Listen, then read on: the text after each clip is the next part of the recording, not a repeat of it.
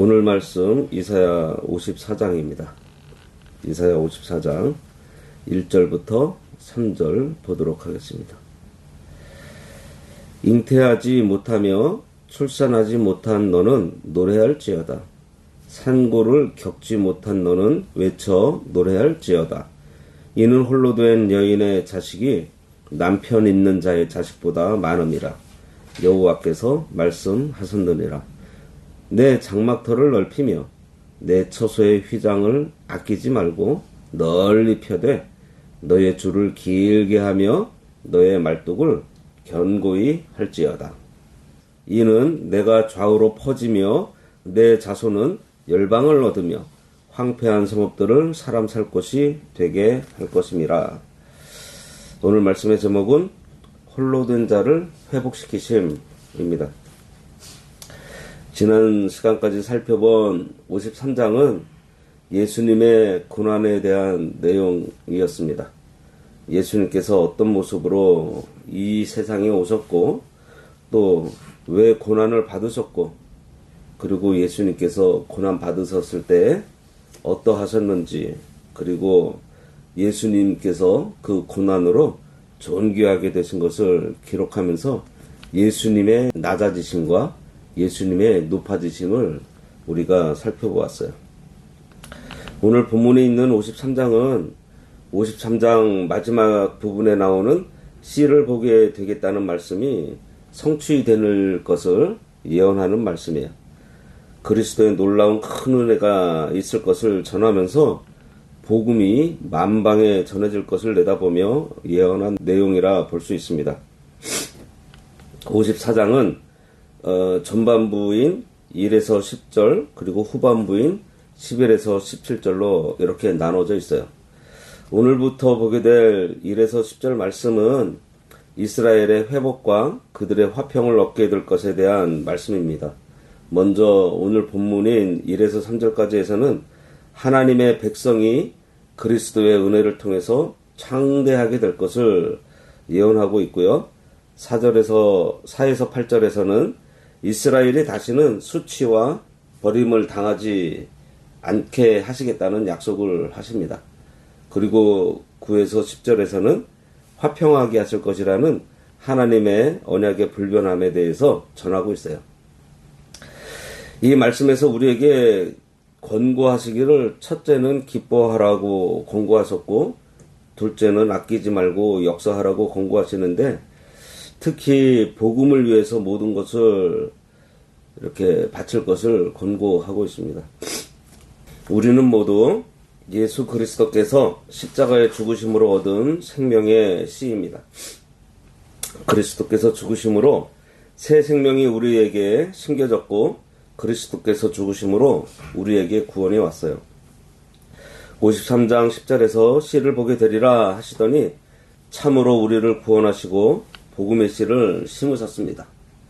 그러면 이 생명을 얻은 우리는 어떻게 살아야 하나님을 기쁘시게 해드릴 수 있는가 하는 것을 오늘 말씀을 통해서 살펴보도록 하겠습니다. 오늘 본문인 1절부터 3절에서는 홀로 된 여인같이 외롭게 믿음을 지키는 성도를 하나님께서 크게 번성시키실 것이라는 약속의 말씀이에요. 1절 잉태하지 못하며 출산하지 못한 너를 노래할지어다. 상고를 겪지 못한 너는 외쳐 노래할지어다. 이는 홀로 된 여인의 자식이 남편 있는 자의 자식보다 많음이라. 여호와께서 말씀하셨느니라. 이 말씀을 그냥 읽으면 내용이 좀 이상합니다. 왜냐하면 아기를 가지지 못하는 여인을 보고 기뻐하라고 하고 또 아기 낳을 때에 상고를 겪어보지 않은 여인을 보고 외쳐 노래를 부르라고 합니다. 거기다가 남편 없이 홀로 되었는데 남편 있는 자보다 자식이 많다고 하니 뭔가 맞지가 않아요. 그런데 이것은 육신적으로 아이를 낳지 못하는 자를 얘기하는 것이 아니에요. 홀로 된 여인의 자식이 남편 있는 자의 자식보다 많다고 했는데 잉태하지 못한 자, 상고를 겪지 못한 자, 출산하지 못한 자가 다 가부같이 된 것을 말하고 있는데 문자적으로는 이스라엘이 바벨론에 포로 잡혀가 있는 상태를 말하고 있는 것입니다. 과부처럼 외로운 자가 되었고 과부처럼 옆에서 도와줄 자가 없게 되었다는 거예요. 지금으로 말하면 세상에 있는 교회의 상태, 성도들의 상태가 마치 잉태하지 못한 여자같이 상고를 겪지 못한 여인같이 외롭고 희망 없는 처지에 놓여 있다는 것입니다.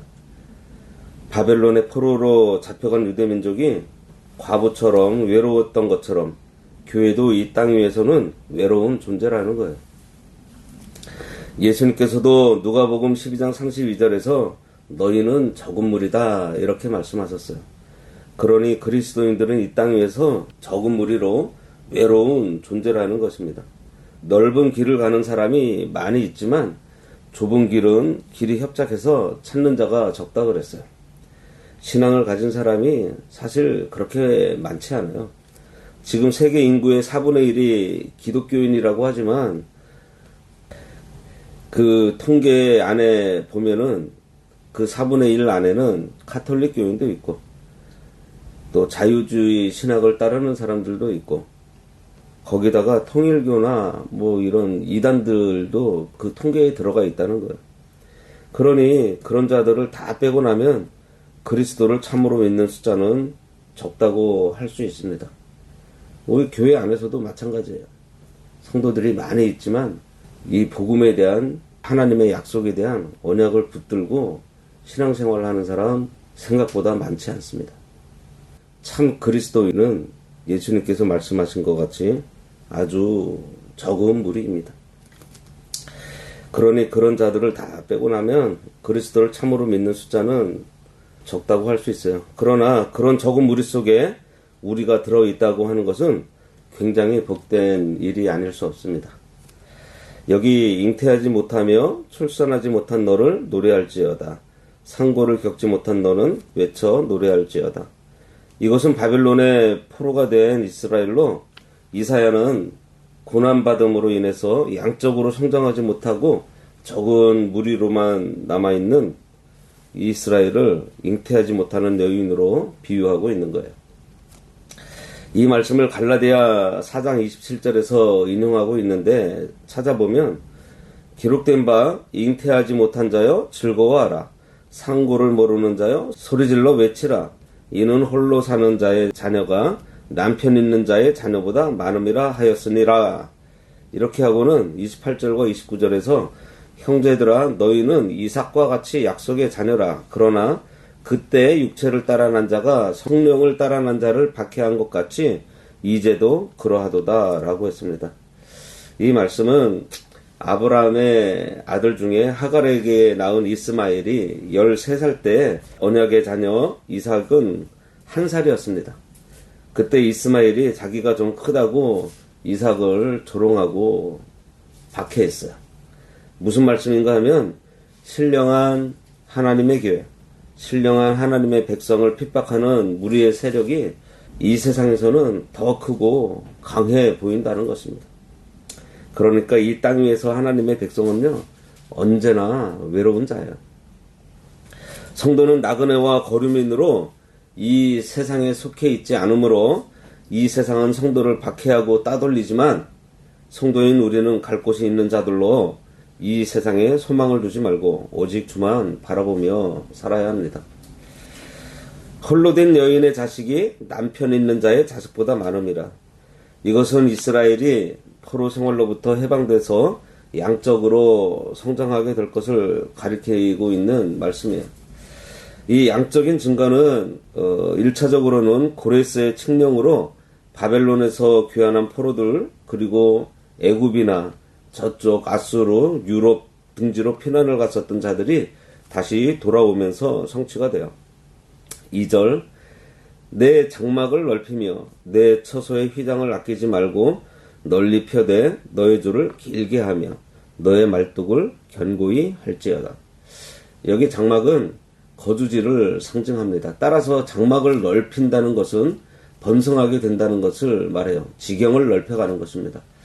이스라엘이 정치적으로나 경제적, 문화적으로 모든 면에서 번영하게 될 것을 가리키는 말씀이에요. 이는 궁극적으로는 신약의 교회들이 온 사방으로 퍼져나감으로써 하나님의 나라가 확장되게 될 것을 예언하고 있는 말씀입니다. 그리고 사실 장막은 임시 거처예요. 그러니 성도인 우리는 잠시 이 땅에 머물다 영원한 천국으로 가는 존재입니다. 이 땅 위에서는 나그네로 살다가 가는 존재예요. 장막의 특징은 쉽게 지을 수 있고 쉽게 거둘 수 있다는 특징이 있습니다. 그리고 언제든지 떠날 준비를 하며 사는 것이 장막 생활이에요. 그렇다고 떠날 준비만 하고 장막을 대충 치고 살아서는 안 돼요.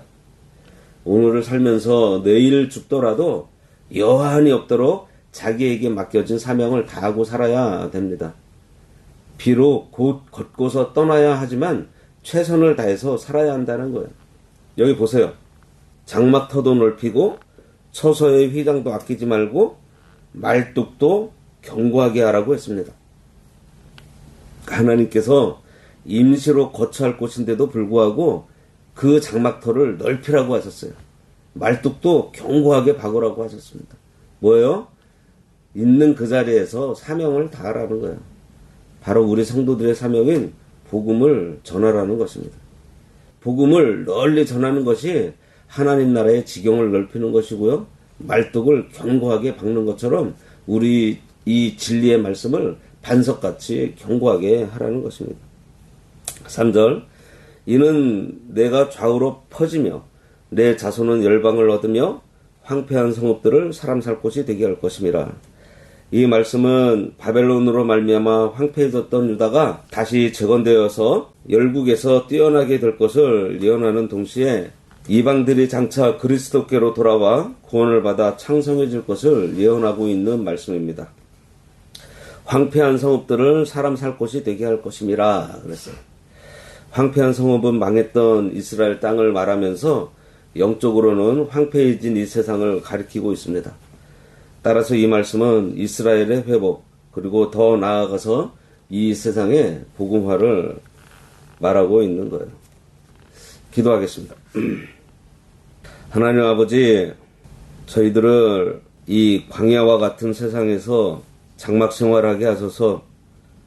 임시의 거처로 살아가는 것을 깨닫게 하여 주심과, 비록 잠시 거류하다 떠날 곳이지만 이곳에서 우리들에게 맡겨진 사명을 다하고 또 그 장막터를 넓히고 휘장을 아끼지 말고 줄을 길게 해서 말뚝을 견고하게 하는 일을 저희들에게 맡겨 주셨사오니 이 귀한 복음을 만방에 전하며 이 진리의 말씀을 반석과 같이 굳게 하여 하나님 나라의 확장과 우리들에게 주신 이 지경을 넓혀나가는 삶을 살아갈 수 있도록 인도하여 주시옵소서.